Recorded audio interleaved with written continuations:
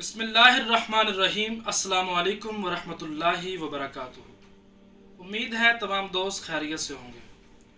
दोस्तों, अगर कोई शख्स किसी ऐसी बीमारी में मुब्तला हो गया है कि उसे डॉक्टरों ने और हकीमों ने जवाब दे दिया है, तो ऐसा वजीफ़ा आपको बताऊंगा कि जिनको डॉक्टर और हकीम जवाब दे दें वो उनके लिए भी शिफायाब होगा और इंतहाई मुजर्रब तरीन वजीफ़ा है।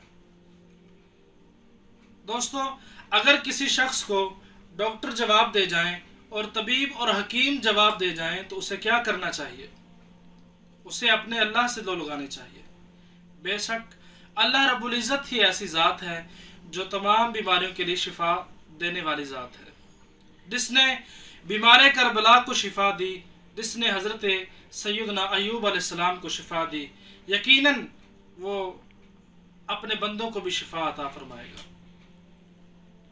तो दोस्तों, अल्लाह रब्बुल इज़्ज़त से रुजू करनी चाहिए और अपने तमाम गुनाहों से माफ़ी मांगनी चाहिए।